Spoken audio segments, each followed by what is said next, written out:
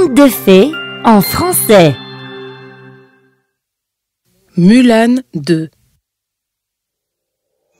Au fin fond des profondeurs d'une sombre forêt, au pied d'une montagne, il y avait une chute d'eau qui s'écrasait sur d'énormes rochers recouverts de mousse.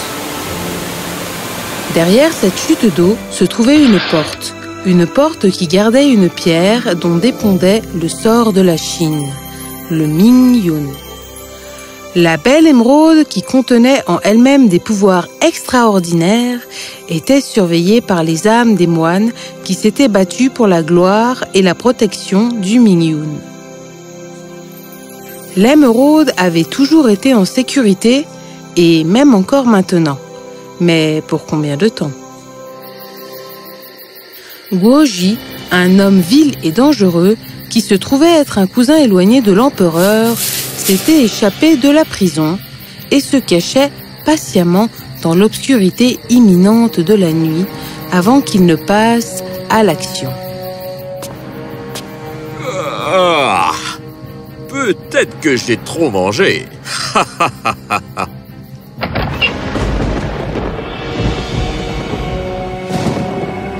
Tu as l'air heureux, cousin.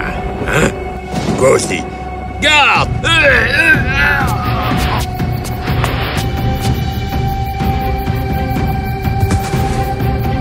Aucun garde ne peut vous sauver. Tu viens avec moi.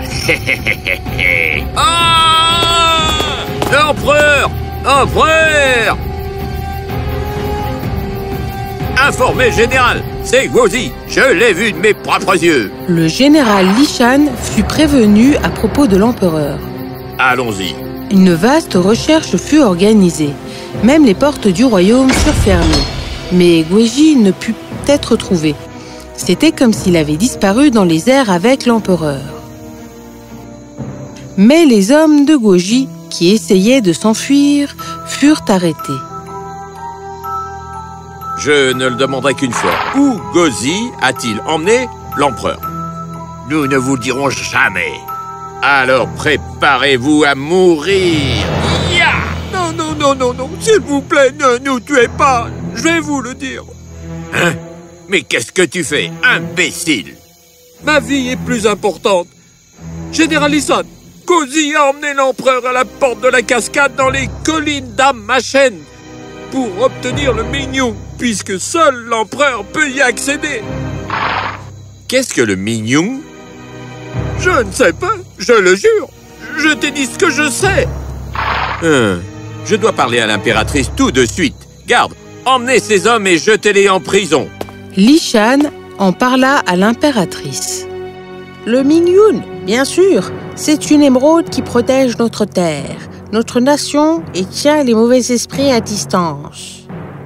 Il a été là pendant des siècles et seul un sang royal avec une âme pure peut y accéder à partir des âmes des moines. Et comment le Mingyun va-t-il aider Guozi? Le Mingyun est la source de pouvoir insondable. Celui qui l'a peut gouverner le monde entier, sans parler de la Chine. Guoji le veut pour sa cupidité, pour le pouvoir, et nous devons l'arrêter de toute façon. J'attends votre ordre, impératrice. J'irai dans les parties les plus profondes de la Chine pour ramener notre empereur. Oui, vous irez avec elle. Quoi? Mulan? Votre Altesse, je suis désolée d'entendre parler de l'empereur. On n'a pas le temps d'être désolé. Vous partirez tous les deux immédiatement. Mais, impératrice, pourquoi Mulan? Pardonnez-moi. Vous pouvez prendre autant d'hommes que vous le souhaitez et... Je suis désolée, Votre Altesse, mais ce cousin maléfique de l'empereur est connu pour laisser derrière lui d'horribles pièges mortels pour ses ennemis. Une armée ne fera que ralentir notre poursuite. Que proposez-vous?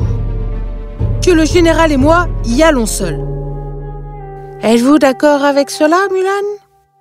Oui, Votre Altesse. Il nous faudra une semaine pour atteindre Am-Machen. Et puis, Guozi est devant nous. Il y arrivera dans les 3 à 4 prochains jours. Prenons la route de la mer. Cela nous fera gagner quelques jours si les vents sont avec nous. Et si ce n'est pas le cas? C'est un pari que nous allons devoir prendre pour l'empereur.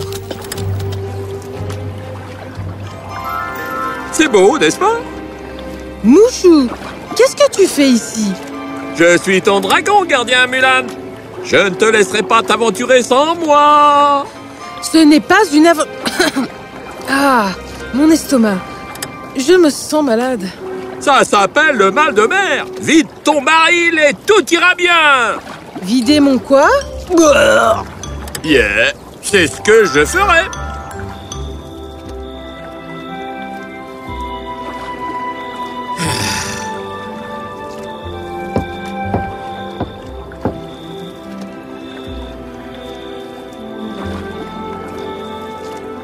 Comme Mulan l'avait souhaité, le vent était de leur côté et ils atteignirent la côte en 2 jours.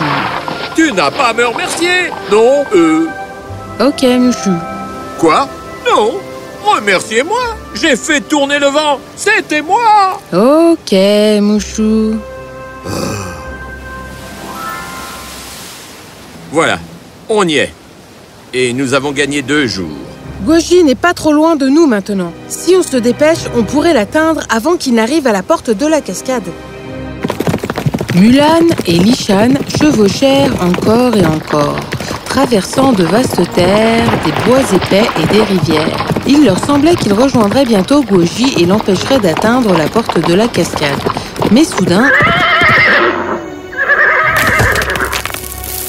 Mulan! Mulan était tombée dans le piège des sables mouvants et était maintenant aspirée dedans un peu plus à chaque instant. Li Shan! Mulan, ne bougez pas. Plus vous luttez, plus vite cela vous enfoncera vers le fond. Je vais chercher une corde. Attendez-moi. Oh, ok. Ne peux-tu pas m'aider, Mouchou? Oui, je peux. Alors, fais-le. Non, laissez Monsieur Parfait le faire pour toi. Quoi? Mulan, accrochez-vous.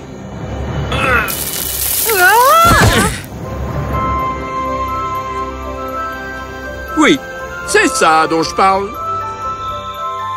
Les sables mouvants, ça n'avait pas l'air naturel. Ça ne l'était pas. Un piège de Gouaji. Imagine si nous étions venus avec des soldats et qu'ils étaient pris au piège. Vous êtes très intelligente.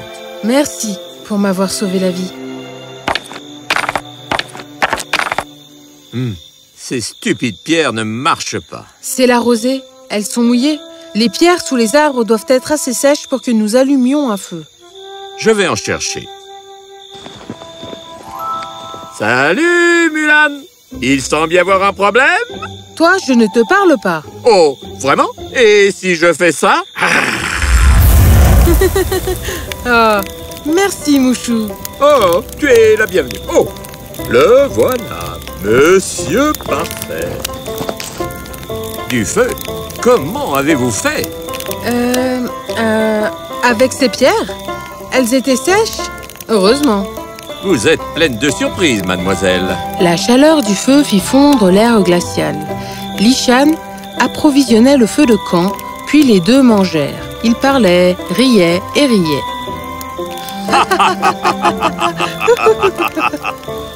Et ils finirent par apprécier la compagnie de l'un de l'autre. Demain, nous entrerons dans la forêt profonde.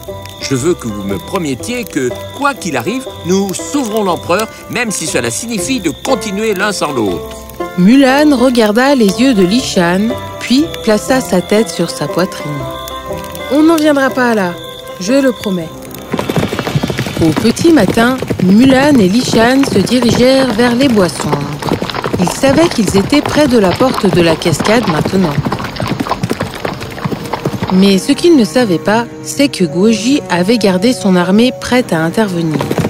Alors que les deux s'enfoncèrent plus profondément dans les bois, tout d'un coup, ils entendirent le bruit des feuilles échangées. On nous observe. Restez attentifs. Et soudain, des branches des arbres, les hommes de Gouaji descendirent. Atterrissant au sol, ils sortirent leurs épées et des bâtons de chêne et coururent vers eux deux. Hi-ya! Vous êtes prêts? Je suis née prête. Aïe! Hi-ya! Mulan se battit comme la guerrière qu'elle était, envoyant au sol les hommes un par un. Haïa! Li Shan les abattait également, mais fut pris au dépourvu quand un soldat l'attaqua par derrière. Li Shan, non! Haïa! Tous les hommes de Goji étaient à terre, tout comme le général Li Shan. Li Shan, non! Mais... Mulan, vas-y, va sauver l'empereur et le Mingyung. Je ne vous laisserai pas ici. Il le faut. Je n'en ai plus pour longtemps. Ne dites pas ça. Mulan se leva et traîna Li Shan pour le mettre sur le dos du cheval. Puis elle l'enfourcha et partit au galop. Tiens bon, Li Shan, tu vas t'en sortir, je te le promets. Les larmes coulaient du coin de ses yeux pendant qu'elle galopait comme le vent. Et enfin, elle sortit des bois et était maintenant en face de la porte de la cascade. Empereur! Comment? Mais... Mulan! Dépêche-toi, vieux. Dis le sort et ouvre la porte. Jamais! Ah! Alors, prépare-toi à mourir. Aïe! Tu vas payer ça à Goji.